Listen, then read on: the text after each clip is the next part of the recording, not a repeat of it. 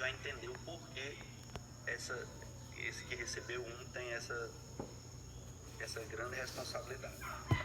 Aqui na introdução diz assim, alguns daqueles a quem foi confiado apenas um talento arrumarão desculpas por não terem um número tão grande como os que receberam muitos talentos.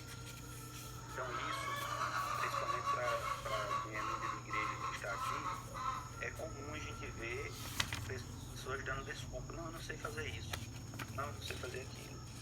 E isso a gente pode até avaliar nem só no cenário de igreja, mas no cenário mais amplo, de pessoas dando desculpas por não saber fazer algo e finda não querendo fazer nada, né? Porque acha que não tem talentos. E empenha-se em empreendimentos mundanos, mas pouco investe na causa de Deus.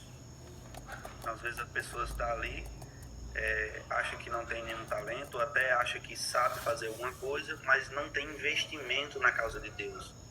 Prefere investir em seus próprios interesses, em empreendimentos do mundo. Esperam que os que têm grandes talentos suportem o peso do trabalho. Então muitos estão analisando o cenário de uma forma que já tem um líder da igreja, já tem fulano que é líder desbravador, eu não vou nem me meter porque ele já está lá, ele já faz tudo, ele faz isso, ele faz aquilo. Então isso é um grande erro e é uma grande responsabilidade daqueles que possuem apenas um talento, né? Porque o que Deus exige não é que a obra faça, mas que cada um faça. Né? Não é porque a obra está andando que você vai ficar parado, que você vai ficar sem fazer nada. Não, o trabalho já está sendo executado. Eu vou ficar aqui na minha. Isso não é o que Deus está cobrando de você. E aqui no capítulo tem vários tópicos que eu vou passar aqui por eles para otimizar o tempo. E o primeiro tópico é assim: a todos foram confiados talentos. Essa expressão "a todos", a Bíblia deixa claro, e o livro deixa claro, e a Bíblia confirma que todas as pessoas, sem exceção de nenhuma, receberam talentos, recebem talentos.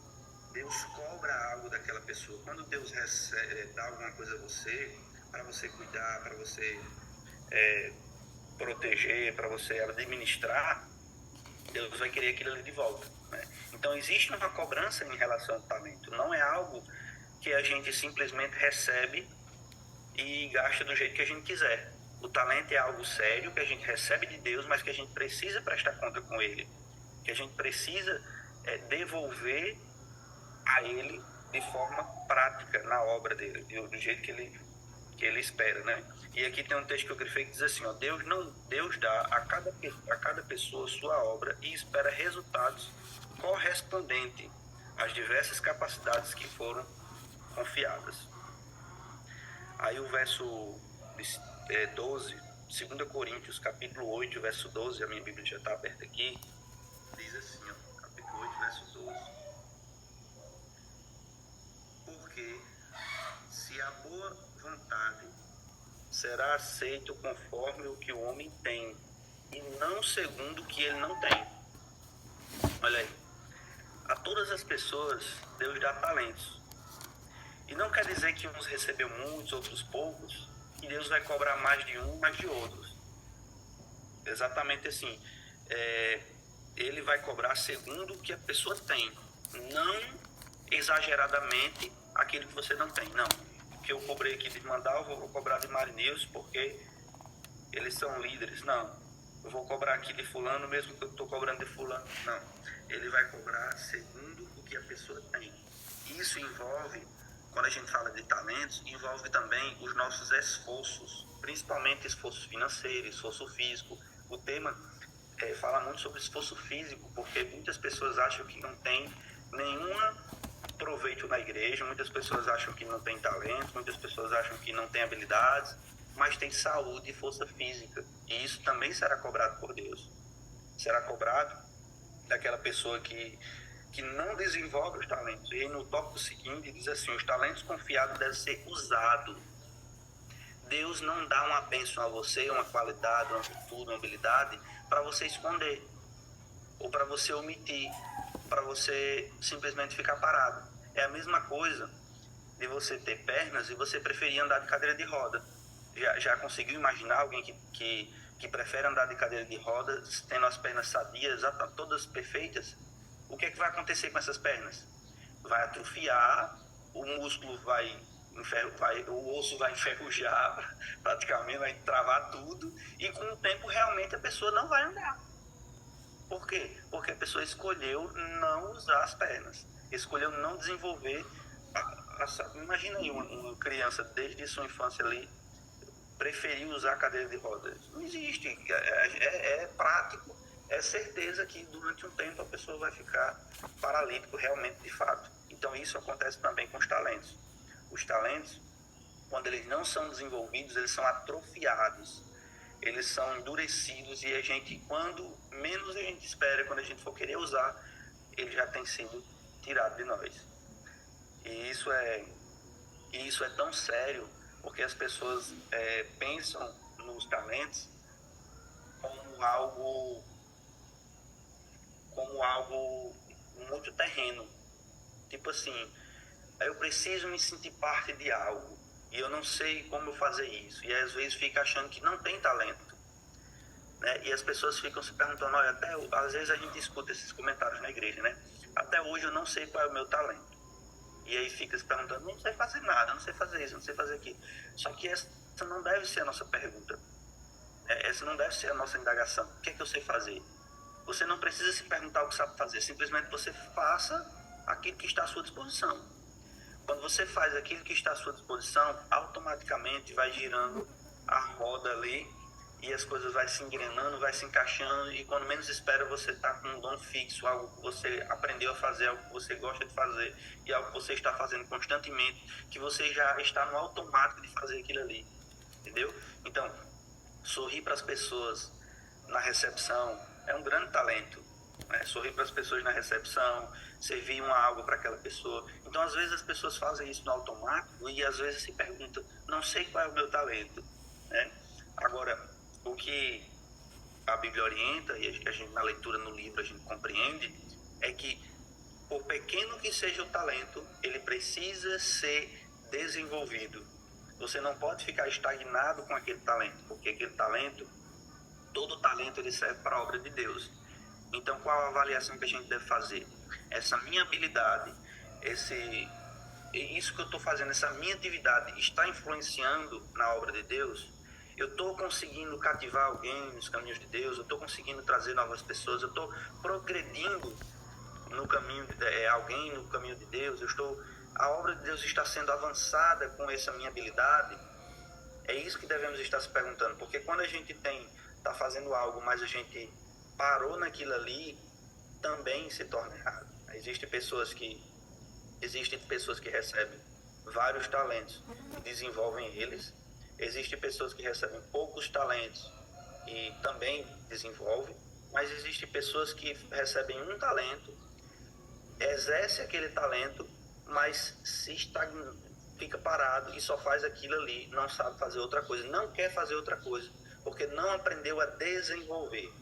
Não enterrou o talento, mas deixa guardado assim para si e não investe, não abrange, não expande e fica estagnado apenas fazendo uma coisa na vida, né? Então esse também não é o propósito de Deus. A gente não devemos esconder o nosso talento, mas também não devemos guardar perto demais ao ponto de não investir, não desenvolver para aumentar as nossas habilidades. Porque habilidade, conhecimento é algo que ninguém te tira. Ninguém tira você algo que você aprendeu. Ninguém consegue tirar de você algo que experiências. Ninguém consegue tirar experiências. Então, não devemos ter medo de enfrentar novos obstáculos, desafios, porque é assim que aprendemos e conquistamos experiência para desenvolver os nossos talentos. E aqui eu grifei um texto que diz assim, ninguém deveria se queixar de não ter maiores talentos. As pessoas prosperarão quando usarem para a glória de Deus os talentos que ele lhes confiou. Então, olha só, as pessoas prosperarão quando usarem para a glória de Deus os talentos que ele lhes confiou. Então, se o texto diz, a Bíblia também diz, ó, lá em Mateus 25, 21, vamos abrir aqui bem rapidinho, vou ler aqui para vocês, Mateus 25, 21, olha só, Mateus 25, 21. Disse-lhe o Senhor, muito bem, servo bom e fiel, foste fiel no pouco e sobre o muito te colocarei, entra no gozo do teu Senhor. Olha aí, aqui está falando não só dos talentos, mas também dos tesouros, né, do nosso dízimo, dos nossos recursos. Quando a gente é fiel no pouco, a Bíblia diz que sobre muito te colocarei.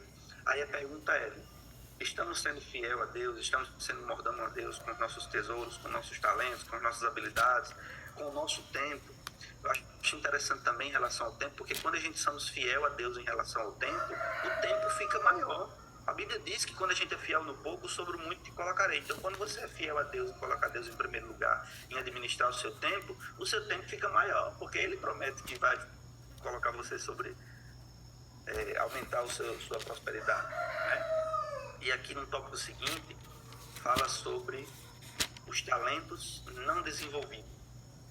E esse é um ponto que a gente deve refletir e cuidar da nossa vida para que isso não aconteça conosco, né? Jamais a gente deve ter talentos não desenvolvidos.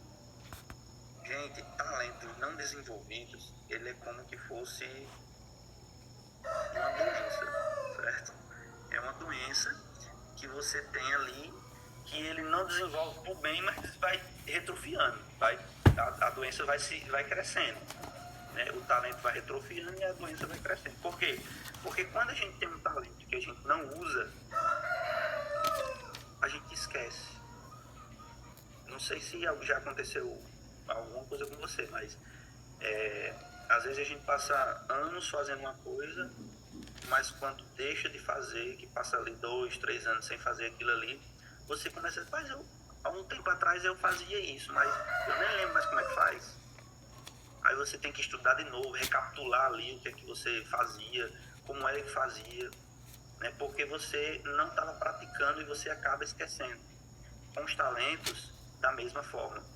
Todo talento precisa ser desenvolvido. E quando a gente fala de talento, a gente fala de habilidades, a gente fala de atividades que como cristãos fazemos na igreja, mas também devemos ter uma consciência de que os talentos precisam ser desenvolvidos em casa, né? A gente precisa adorar a Deus em casa, precisa desenvolver os nossos talentos em casa, porque a igreja é o reflexo do que acontece em casa. A igreja é a nossa casa, é a casa de Deus, no qual a gente se reúne com o nosso Pai, e assim como a gente tem um comportamento em casa, a gente deve refletir na igreja.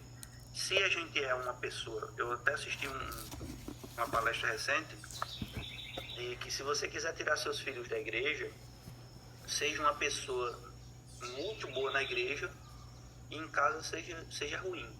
Se transforma quando você chegar em casa. Quando você chegar em casa, você brigue, você xingue, você faça bagunça, dê pisa nos filhos, faça isso, faça aquilo.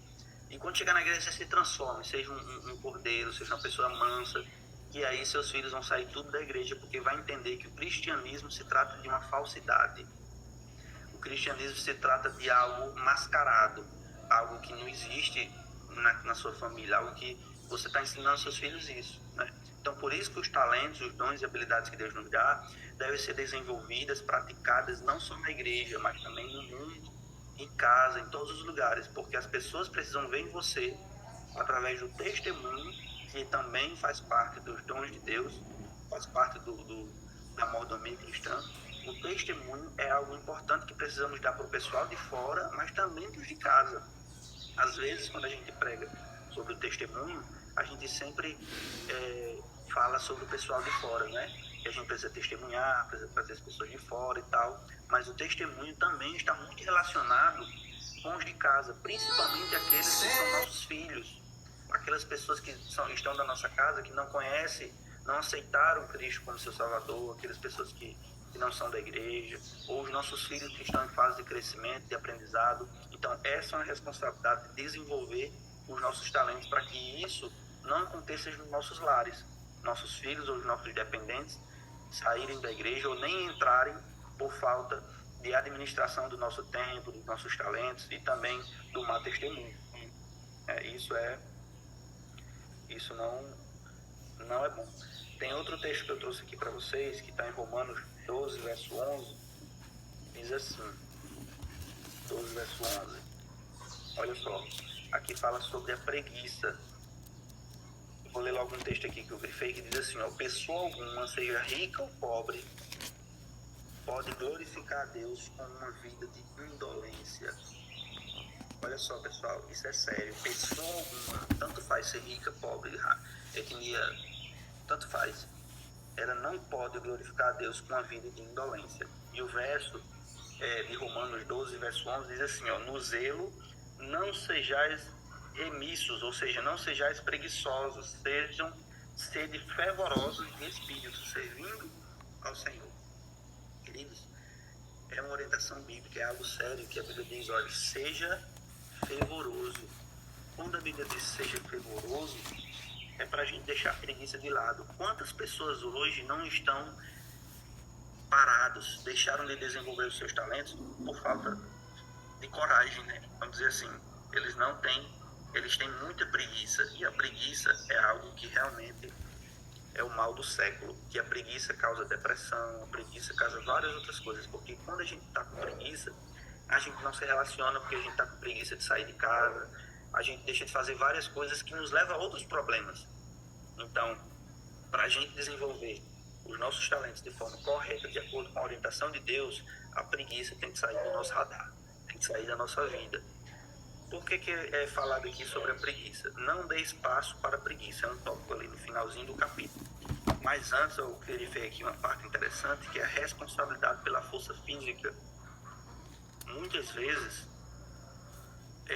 muitas pessoas, eu grifei aqui, muitas pessoas, porém, os que possuem bens não compreendem, os que não possuem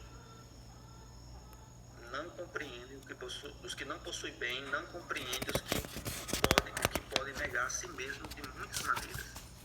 Então existem pessoas que não têm recursos e aí acham que não pode contribuir para a obra. Mas não se trata de contribuir mais ou menos, se trata de renunciar a si mesmo. Então, uma pessoa que é rica, que tem condições, qual a forma mais apropriada dela renunciar a si mesma? É com os recursos, né? Mas não quer dizer que eu sou pobre, que não tenho recursos, que não tenho como ajudar financeiramente. Eu não posso renunciar a mim mesmo de outra forma.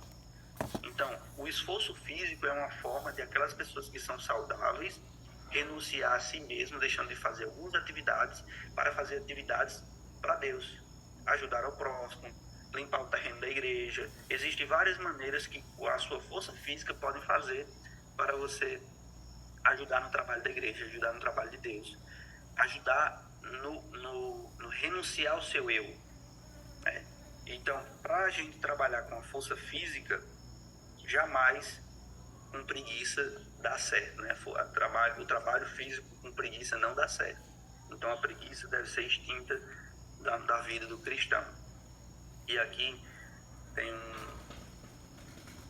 uma parte bem interessante aqui no finalzinho sobre a preguiça, que diz assim, ó, não dê espaço para a preguiça. A palavra de Deus nos ensina que se alguém não quer trabalhar, também não deve comer.